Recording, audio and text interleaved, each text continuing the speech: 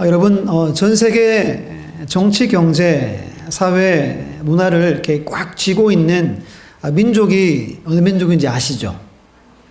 어디예요? 우리는 아닙니다. 예. 유대인입니다, 유대인. 너무 잘 아는 사실이죠. 전 세계 인구의 0.1%밖에 되지 않는데 노벨상 수상자가 24%나 차지합니다. 그러니까 어마어마한 민족입니다. 근데 이 유대인이 도무지 감당이 안 되는 나라가 있대요. 자기들 영향을 전혀 먹히지 않는, 자기들이 뿌리를 내리지 못하는 나라가 전 세계에서 두 나라가 있대요. 그 첫 번째가 우리나라예요. 대한민국입니다.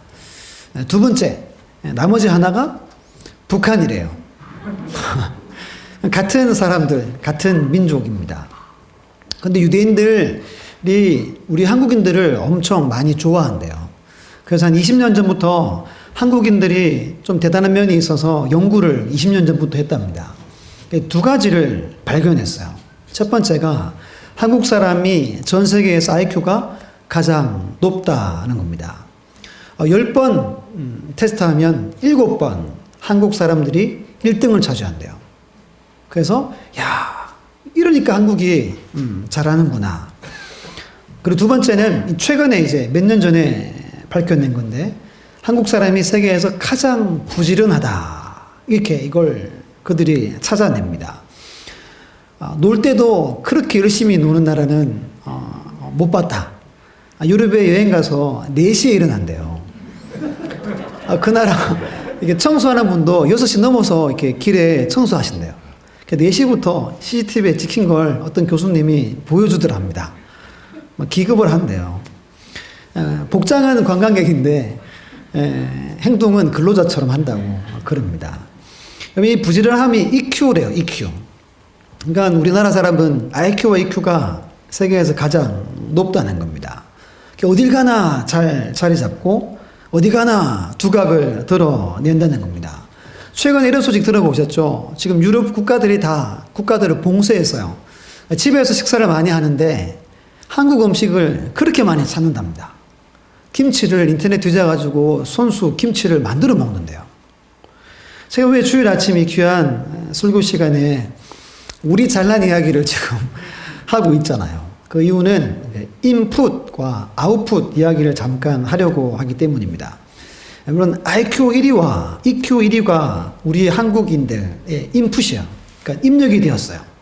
그랬더니 전 세계에서 뛰어난 민족이다. 야, 대단하다. 이런 아웃풋, 이런 출력이 나왔다는 겁니다. 근데 곰곰이 생각해 보면 우리 생활에 모두 적용돼요. 공부를 여러분 누가 잘합니까? 열심히 하고 꾸준히 열심히 하는 애들이 공부 잘합니다. 누가 운동 잘합니까? 하나 계속하면 잘해지는 겁니다. 근데 여러분 신앙에도 이 원리가 그대로 적용이 되더라는 겁니다. 우리는 매주마다 말씀을 들어요. 아니면 몇 번씩 듣죠? 아니면 개인적으로 말씀을 읽고 묵상합니다. 말씀이 우리 안에 인풋이 돼요. 그럼 뭐가 나와요? 믿음이 나와요. 그래서 이 험한 세상에서 믿음을 지키며 여러분들이 한 주간 승리하시고 이 주일 아침에 와서 행복한 주일입니다 인사를 방금 나눈 겁니다. 여러분 인풋이 있으면 반드시 아웃풋이 있는 겁니다. 오늘 말씀의 제목이 뭐였어요? 믿음은 일으킵니다 라고 잡았습니다. 이런 거예요. 믿음이 우리 안에 인풋이 되면 그럼 과연 어떤 일들이 우리에게 일어날까? 이것을 함께 나누고자 합니다. 오늘 본문 이야기는 잘 아는 말씀 중에 한 이야기입니다. 12년을 혈루증을 앓아온 한 여인의 이야기입니다. 혈루증이 뭐냐 하면 여성들의 그 질환이에요. 하혈한다. 하혈증이에요. 근데 이 여인은 만성 하혈증입니다. 자궁 안에 혹이 생기든지 문제가 생겨서 불규칙적으로 계속 피를 흘리는 질병이 이 질병입니다.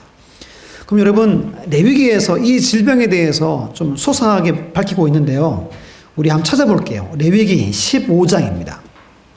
레위기 15장 25절로 30절. 우리 구약성경 170페이지입니다. 레위기 15장 25절로 30절. 찾으셨죠? 교독해서 제가 먼저 25절 읽고 여러분들이 그 다음 절 읽겠습니다. 만일 여인의 피해 유출이 그의 불결기가 아닌데도 여러 날이 간다든지 그 유출이 그의 불결기를 지나도 계속되면 그 부정을 유출하는 모든 날 동안은 그 불결한 때와 같이 부정한즉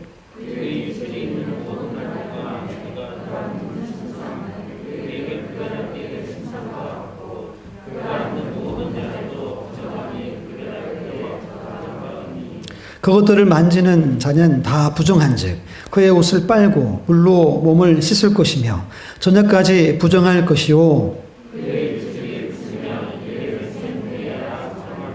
그는 여덟째 날에 산비둘기 2마리나 집비둘기 새끼 2마리를 자기를 위하여 가져가 회막 문 앞에 제사장에게로 가져갈 것이요 세상은 그 한 마리는 속죄제로 다른 한 마리는 번제로 드려 유출로 부정한 여인을 위하여 여호와 앞에 속죄할지니라. 아멘. 이 병에 대해서 레위기에서 밝히고 있는 이야기를 읽었습니다. 한마디로 이 여인은 어떤 여인이에요? 부정한 여인입니다. 이 여인이 만지는 모든 물건, 심지어는 사람까지도 부정하게 만드는 정말 무서운 존재였습니다. 하혈증이 그치고 일주일을 기다렸다가 뭐 하라 그래요? 제사장을 찾아가서 제사를 드려야 속죄받고 비로소 일상의 삶을 살 수 있었다는 겁니다. 근데 이거는 만성 하혈증입니다. 피가 언제 쏟아질지 몰라요. 늘 이 여인은 어떻게 살았어요? 부정한 여인으로 인생을 살아온 겁니다. 병세도 병세지만 부정함, 유대인들이 가장 두려워하는 거잖아요. 사람들과 사회로부터 소외당했습니다. 최악의 한계 상황에 이 여인이 12년을 보내게 됩니다. 화면을 보고 세번역으로 26절 말씀을 한번 같이 읽겠습니다. 시작. 여러 의사에게 보이면서 고생도 많이 하고 세상도 다 없앴으나 아무 효력이 없었고 상태는 더 악화되었다. 당시 여러분 그 의사에게 찾아간다는 건 이 여인의 집이 상당히 부했다는 겁니다. 근데 김병에 뭐가 없다 그래요? 장사가 없어요. 12년 동안 갈 때마다 고통만 더 커졌습니다. 그 많은 재산 다 없애버렸어요. 지금은 가난한 처지가 되어버렸습니다. 그런데 아무런 효력이 없었어요. 어떻게 했다 그래요? 상태는 더 악화되었다라고 그렇게 말씀합니다. 상상해보면 이 여인이 어떻게 살았겠어요? 집을 많이 줄였겠죠. 저 작은 방에 갇혀서 살았을 것이 분명합니다. 왜? 만지는 것, 모든 것이 부정타기 때문이죠. 근데 본문이 이렇게 자세하게 우리에게 알려줄까요? 이 여인의 질병은 불치병이라는 겁니다. 인간의 모든 수고가 허사라는 거예요. 절망에 늪 깊숙이 이 여인이 빠져서 살고 있다라고 보여주는 겁니다. 불쌍하잖아요. 얼마나 불쌍한 여인입니까? 그런데 이 불쌍한 여인에게 하나님의 은혜가 임합니다. 27절 보시면 이렇게 말해요. 예수의 소문을 듣고 무리 가운데 끼어 뒤로 와서 그의 옷에 손을 대니. 예수님의 소식이 이 여인의 귀에 들린 겁니다. 소문이라고 기록해요. 근데 그 소문이 절망의 벽에 부딪혀 아무런 희망도 없이 삶을 다 포기하고 살아간 이 여인에게 그 소식이 한 줄기 빛이 됩니다. 예수님 이야기가 믿어진 거예요. 1%의 의심도 없이 믿어지게 된 겁니다. 12년 만에 이 여인의 인생에 희망이 발견되게 된 겁니다. 소식이 믿음을 만들어낸 거예요. 그럼 부정하고 불쌍한 여인에게 지금 뭐가 들어왔어요? 믿음이 들어왔어요. 지금 막 들어옵니다.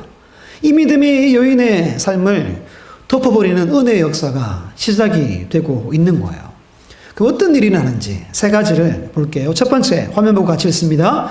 믿음은 결심을 일으킨다. 믿음은 뭘 일으켜요?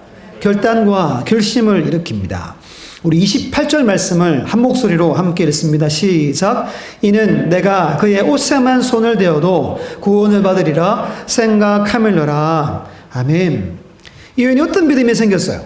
이겁니다.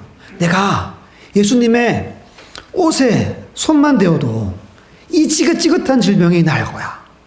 이 믿음이 이 여인에게 생긴 겁니다. 28절 끝에 뭐라고 기록해요? 생각하밀러라 이렇게 기록합니다. 여기서 하밀러라 하는 말은 미완료 시제입니다. 계속 생각했다는 거예요. 되뇌이고 예수님이면 나를 고칠 거야. 예수님 만나야 돼. 예수님께 나가야 돼. 아, 예수님 아니야. 안 만나주셔도 돼. 내가 그분의 옷만 만져도 나 나을 것 같아요. 예수님. 생각하고 누구를 생각했다고요? 예수님만 이 여인이 계속 생각했다는 뜻입니다. 그렇잖아요. 한 가지를 계속 생각하면 결단이 생겨요. 결심하게 되는 겁니다. 왜죠? 이 여인에게 유일한 희망이 예수님 한 분이었기 때문입니다. 또 실제로 이 여인은 뭐예요? 진짜 가서 그곳에 손을 댑니다. 이 여인은 믿음이 들어오자마자 결단하게 되었다는 겁니다. 지난주 부활주일이었어요. 세례식이 있었습니다. 제가 처음으로 세례식을 집례했어요. 긴장 많이 했겠죠.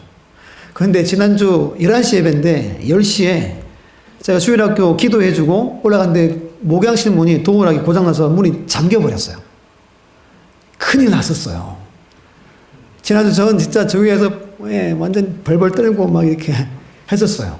원고는 원고지만 이렇게 질문하잖아요. 뭐 믿습니까? 하면 뭐 네 하잖아요.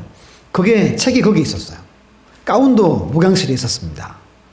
이게 건전지 때문인가? 해서 편의점 막 달려가서 9볼트 사가지고 해도 소용이 없는 거예요. 이야, 어떡하지 이거? 그때 우리 방송실에 있는 장 집사님 생각이 났어요. 많은 분들이 손짓이 좋다고 그래서 내가 믿을 곳은 이거밖에 없겠구나 하고 제가 이제 고이 모시고 와가지고 이렇게 안 열리는 거예요, 문이. 막 몇 분 또 흘렀어요. 시간은 막 가잖아요. 그 집사님이 갑자기 그러는 겁니다. 목사님, 결단하세요. 이게 뭘 결단해요?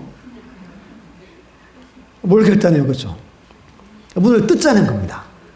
그래서 제가 살면서 문을 뜯고 들어가 본 적이 한 번도 없잖아요. 야, 이걸 뜯어야 되나? 어떻게 해야 되나? 망설여졌어요. 또 망설여졌던 집사님이, 목사님, 빨리 결정하십시오. 빨리 결단해야 됩니다. 네, 뜯죠? 근데 장비 있어요? 했더니 차에 있습니다. 그래가지고 한 10분 정도, 쉽지 않더라고요. 10분 정도 막 고생해서 문을 땄습니다. 문을 열었어요. 얼마나 감사한지. 지난주 정말 너무 감사했어요. 마치 12년째 알던 이 여인이 예수님 만난 것 같은 그런 비유하자면 그래요. 근데 이런 말이 있어요. 예배 전에 특별한 문제가 생기면 하나님 그 예배에 특별히 더 부어주신다. 이게 이제 목사님들끼리 이야기예요. 이런 거 있잖아요. 수련회 가는데 차에 문제가 생겼어요. 그러면 그 수련회는 대박 나는 겁니다. 실은 제가 저 혼자 이 사실을 알고 상당히 격양되어서 설교했었어요. 잘 모르셨죠? 저 혼자 그랬어요. 근데 여러분, 지난주 제가 빨리 결단 안 했으면, 야, 이건 정말 아찔한 겁니다. 지금도 생각만 해도 식은땀이 흐를 정도로 큰 사건입니다. 근데 본문에 이 여인 또한 결심을 하지 않을 수 없었어요. 왜입니까? 한 줄기 빛을 봤기 때문입니다. 부정한 여인이라는 이 동네에 소문이 나서 멸시천대를 10여 년 당했어요. 여러분, 성경 보면 문둥병자들 나오잖아요. 그들은 거리를 걸을 때 부정하다 하면서 다녔어야 됐어요. 왜? 사람들이 피해야 되니까요. 근데 부정하다 안 하다가 걸리면 돌에 맞아서 죽었습니다. 그 정도로 이 부정이라는 걸 유대인들이 아주 두려워했어요. 아마 이 여인도 동네 사람들이 다 알았겠죠. 오, 저 여자다. 모두 피하고 아마 난리였을 수도 있습니다. 근데 그런 인생을 12년째 살다가 해방될 길이 이 여인에게 보인 겁니다. 여러분 같으면 어떻게 했겠어요? 결단했겠죠. 안 하면 뭐예요? 바보인 겁니다, 바보. 믿음이 우리에게 들어오면 제일 먼저 결단이 일어납니다. 믿음은 결단을 일으킨다는 거예요. 제가 13 이야기를 한마디도 못 들었으면 제가 도움을 요청했겠습니까? 그러면 지난주 예배는 그냥 상상만 하십시오. 네. 그렇게 됐을 겁니다. 우리 말씀을 몇 군데 한번 화면 보고 다니엘 1장 8절 같이 읽습니다. 시작. 다니엘은 뜻을 정하여 왕의 음식과 그가 마시는 포도주로 자기를 더럽히지 아니하리라 하고 자기를 더럽히지 아니하도록 환관장에게 구하니. 아멘. 아주 잘 아는 말씀입니다. 지난주 다니엘 세 친구 이야기를 나눴는데 오늘은 다니엘이 먼저 결단하고 세 친구와 함께 왕이 베푸는 음식과 포도주를 거절하는 이야기입니다. 왜 거절하죠? 자기를 더럽히지 않으려고. 이 말은 뭐예요? 그 음식이 부정한 음식이었다는 겁니다. 그래서 정말 큰 결심한 겁니다, 여러분. 지금 이들이 노예로 잡혀왔어요. 근데 환관장에 찾아가서 우리 채식하겠습니다. 한번 시험해 보십시오. 환관장 입장에서는 난처한 겁니다. 정한 기간이 되면 이제 왕 앞에 이들이 배운 것, 학문과 건강 상태를 체크를 받았어야 됐어요. 만약에 이들이 하자가 있으면 환관장이 목이 날아갈 수도 있는 상황인 겁니다. 하나님의 은혜로 허락을 하죠. 봤더니 더 건강한 겁니다. 그래서 왕이 주는 그 좋은 음식과 포도주를 먹지 않아요. 그래서 성경을 보면 이들이 그때 소년이었다라고 밝힙니다. 이렇게 말해요. 왕궁에 설 만한 소년을 데려오게 하였고. 여러분, 나이와 상관없이 하나님을 향한 믿음이 우리 안에 들어오면 뜻을 정합니다. 결단하고 결심이 일어난다는 걸 우리에게 보여주는 거예요. 구약의 한 구절만 더 볼게요. 에스더 4장 16절. 우리 화면 보고 같이 읽습니다. 시작. 당신은 가서 수산에 있는 유다인을 다 모으고 나를 위하여 금식하되 밤낮 3일을 먹지도 말고 마시지도 마소서. 나도 나의 시녀와 더불어 이렇게 금식한 후에 규례를 어기고 왕에게 나아가리니 죽으면 죽으리다 하니라. 아멘. 에스더 이야기입니다. 이것도 유명한 이야기죠. 하만이라는 사람이, 악한 사람이 있었어요. 근데 이 사람이 유다인들을 다 말살하려는 계획을 세웁니다.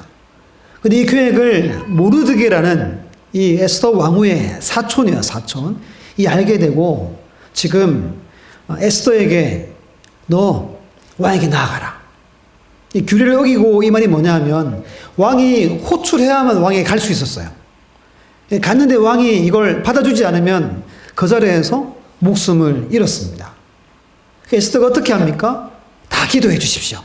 저도 신하고 기도하고 죽으면 죽으리다는 각오로 결단하고 나가겠습니다. 이 이야기입니다.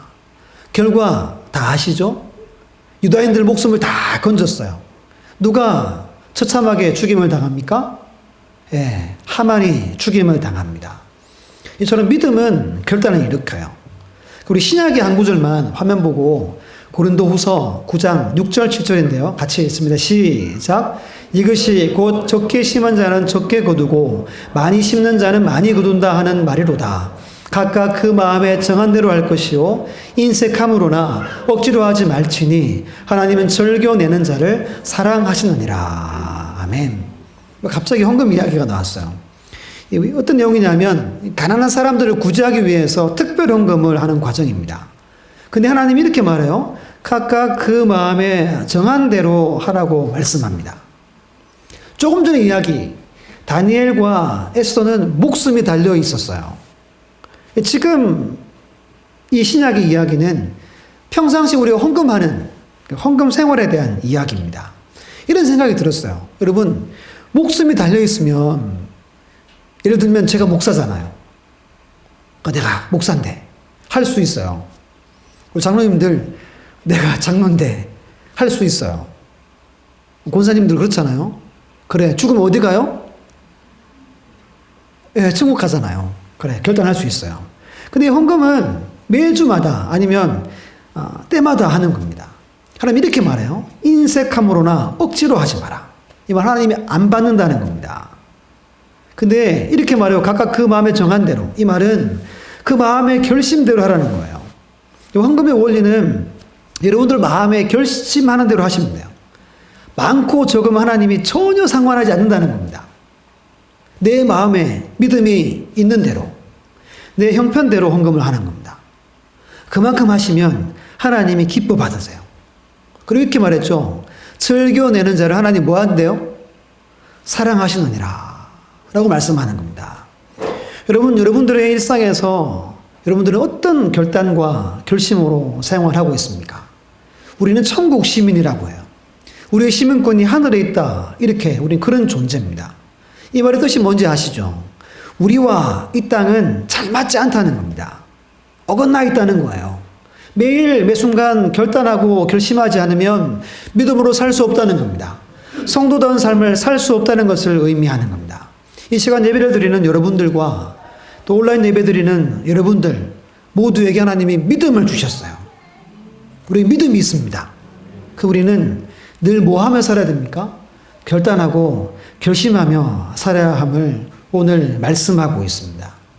매일마다 날마다 믿음의 결단하셔서 승리하는 우리 모두가 다 되시기를 주의 이름으로 축원합니다. 두 번째 화면 보고 또 한번 같이 읽어보겠습니다. 믿음은 행동을 일으킨다. 믿음은 뭘 일으켜요? 행동을 일으킵니다. 우리 27절 말씀을 다 함께 한 목소리로 읽습니다. 시작.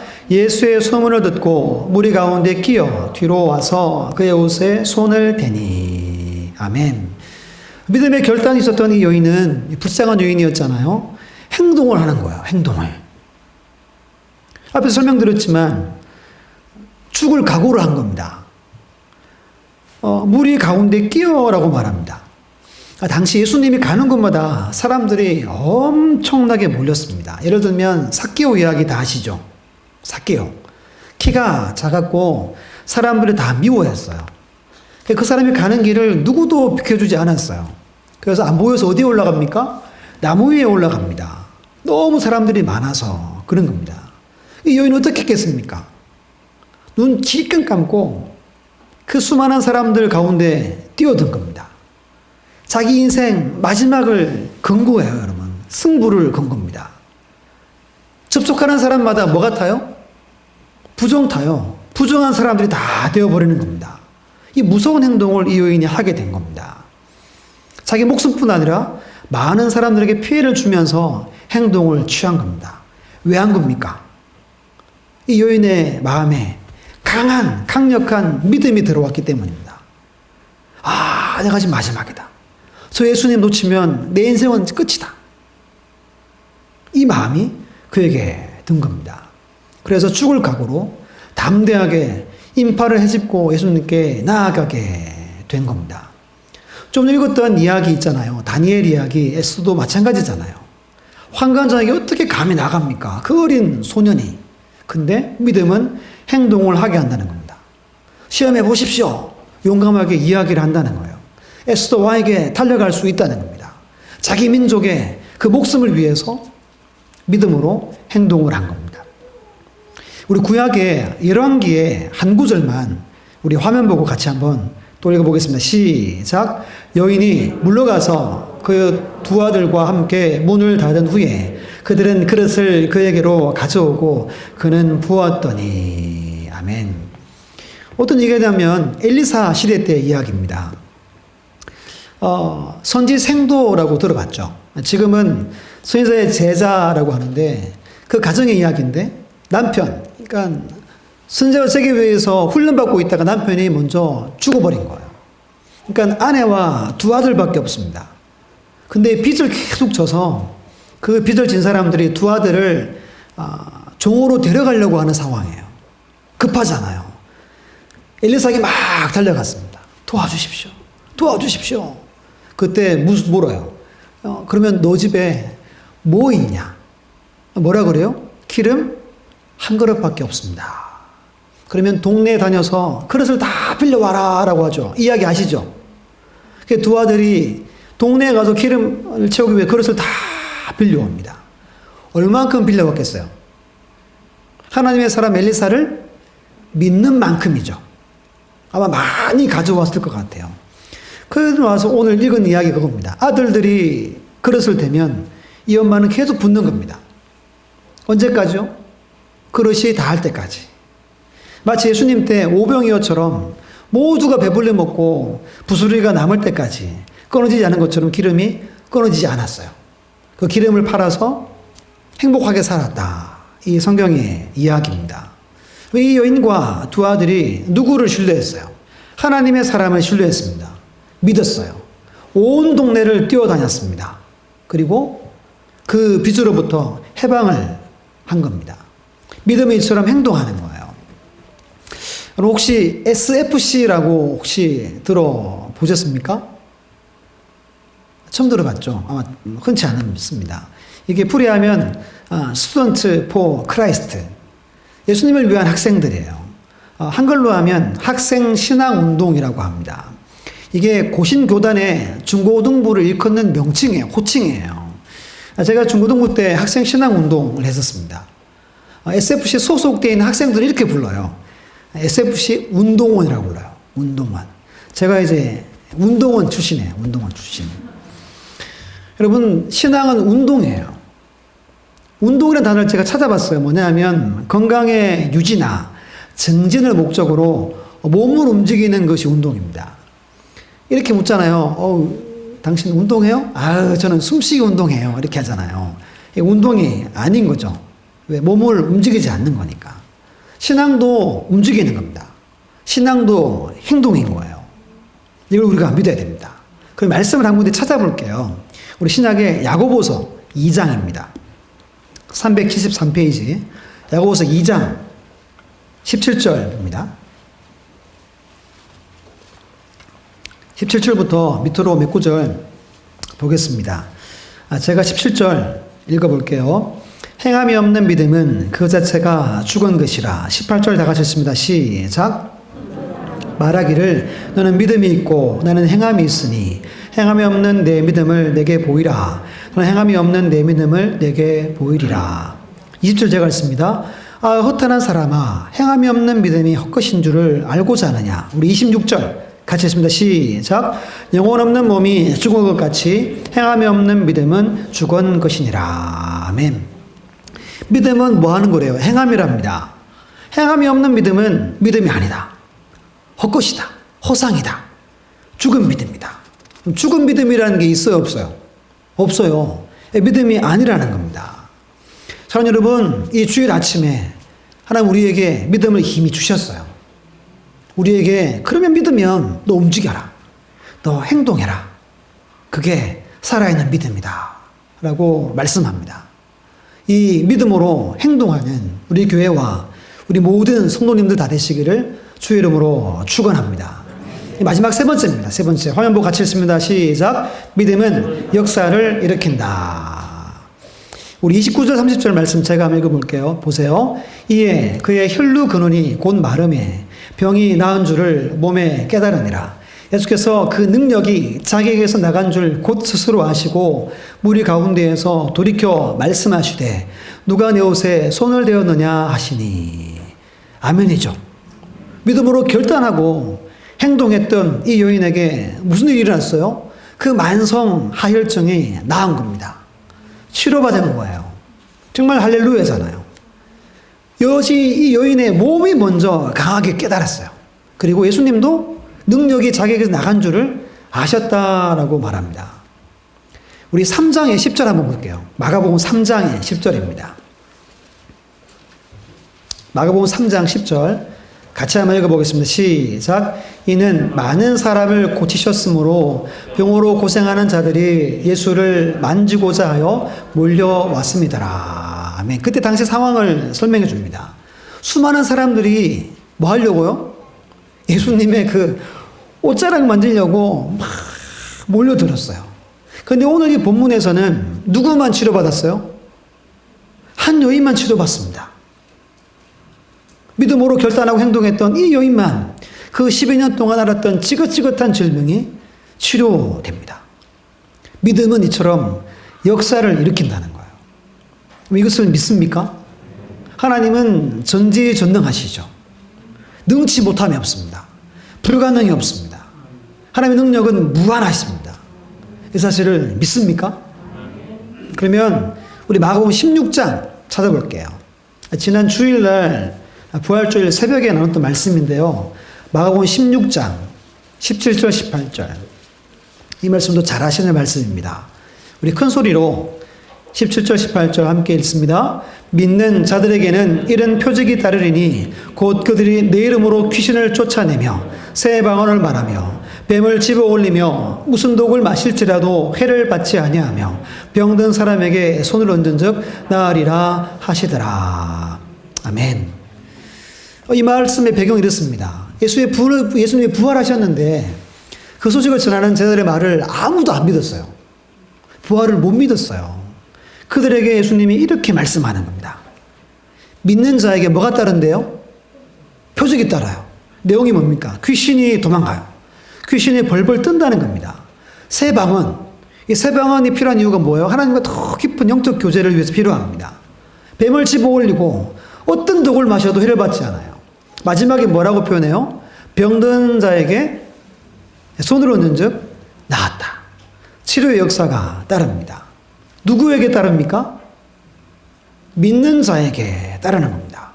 믿음이 내게 생기고 기도해야 되겠다 하면 하나님께서 역사를 일으키신다는 거예요.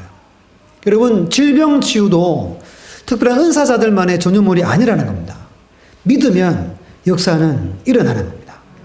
이 사실을 믿으시기를 간절히 축복합니다. 제 이야기도 죄송한데요. 제 이야기를 막 하고 마치려고 해요. 지난주 월요일 5일날 이사 온 지 2달 만에 처음으로 서산을 이렇게 벗어났어요. 여기 가까이 있는 태안에 다녀왔습니다. 태안에 제가 대전에서 사역할 때 가르쳤던 제자 부부가 거기에 살고 있더라고요. 초대해서 잠깐 다녀왔어요. 진짜 듬직한 형제였어요, 형제. 사연이 몇 가지 있어요. 그 중에 한 가지입니다, 한 가지. 이 청년에게 여동생이 있었어요. 대학을 대전 근교로 갔어요. 여잔데 컴퓨터학과에 진학을 합니다.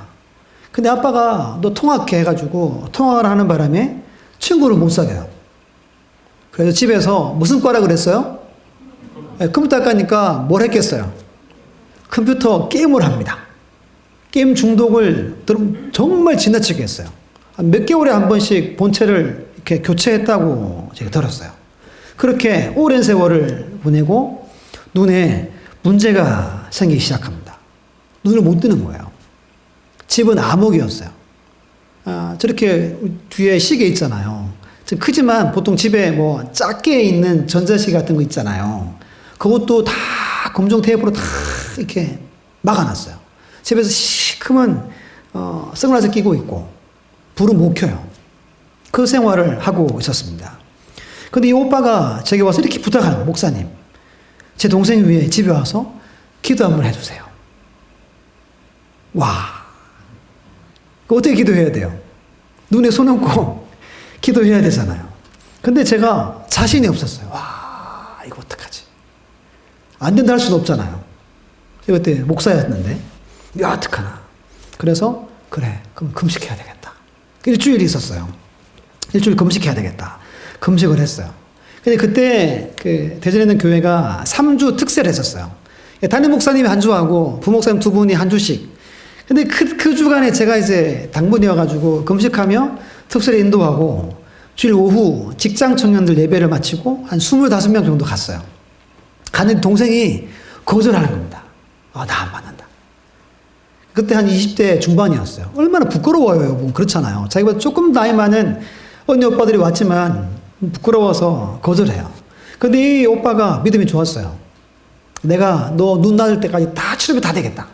한 30분 설득해가지고 겨우 들어갔어요. 막 들어가서 이렇게 그때 이 집이 좀 사업이 망해가지고 힘들었어요. 막 25명 겨우 들어가가지고 예배 드리고 이렇게 손 얹고 기도를 했어요. 어떻게 됐겠습니까? 안 나왔어요. 안 나왔어요. 그래서 아쉬움이 없었어요. 왜요? 제가 최선을 다했죠. 금식했죠. 감사하게도 그 부모님이 우유 대리점 하다가 돈을 많이 벌었는데 식당 하다가 완전 망했어요. 몇 년 교회를 안 나왔었어요. 근데 예배 드리고 그때부터 교회를 나오고 계십니다. 눈은 더 악화됐어요. 그래서 한 1년이 흘렀어요. 스스로 이제 나는 그냥 이렇게 앞못 보고 살아야 되겠다. 체념하는 단계까지 가게 된 겁니다. 그리고 얼마 지나서 어느 날 그냥 나와버렸어요. 못 믿으시는 표정들이네. 그냥 나왔어요. 저도 못 믿었어요. 전화 받고 뭐라고? 진짜냐? 목사님 진짜 나왔어요. 막 난리가 났습니다. 그래서 혼자 특송하고 막 간증하고 막 그랬어요. 그리고 이제 제가 그때 청년들 토요일 날 대학생들, 주일 날 직장 청년들 가르쳤거든요. 기도를 엄청 시켰어요. 왜죠? 제가 가가지고 이거 해야 되니까. 여러분 같으면 할 수 있겠습니까? 기도를 엄청 많이 시켰어요. 그리고 이렇게 이야기했어요, 청년들한테. 우리가 기도해서 바로 나왔으면 좋았겠지만, 그래도 우리가 지분율은 요만큼 있다. 왜죠? 우리 뭐 했어요, 우리가? 기도했잖아요. 그런 일이 있어요. 그래서 가끔 이게 통화하면 제가 물어봐요. 동생은 잘 있지? 이 의미 뭐요? 동생 괜찮지? 믿음이 아직 부족해가지고 그렇게 가끔씩 묻고 있습니다. 자, 여러분, 저는 제 믿음으로 결단 안 했어요. 누구 믿음으로 결단했죠? 그 형제, 청년, 오빠 믿음으로 저까지 결심하게 됐어요. 그래서 금식하고 믿음으로 가서 순종하는 마음으로 기도한 것밖에 없어요. 근데 하나님은 놀랍게 이 과정을 다 보시고 그 아이를 깨끗하게 낫게 하셨습니다. 이런 말씀 있잖아요. 할 수 있거든이 무슨 말이냐. 믿는 자에게는 능히 하지 못할 일이 없느니라. 할렐루야죠. 하나님은 오늘도 우리의 믿음을 보십니다. 하나님을 믿어라 하세요. 내가 너에게 말하노니 무엇이든지 기도하고 구하는 것은 받은 줄로 믿으라. 그래야면 그대로 되리라. 믿으면 그대로 역사가 일어납니다. 우리 오늘 본문에 마지막 절 있죠. 읽고 말씀을 마치겠습니다. 마지막 절 함께 읽습니다. 시작. 예수께서 이르시되 딸아 내 믿음이 너를 구원하였으니 평안히 가라. 내 병에서 놓여 건강할지어다. 아멘. 이 이야기의 결론입니다. 그러니까 육신의 회복만 받은 게 아니에요. 영혼의 구원을 받습니다. 저는 이 단어가 제일 계속 들어왔어요. 평안히 가라. 이 여인의 남은 인생은 뭐가요? 평안이 임하는. 오늘 성가대도 찬송했지만 우리 헌금송 했잖아요. 평화 평화. 어디에서 내려옵니까? 하늘에서 내려오네.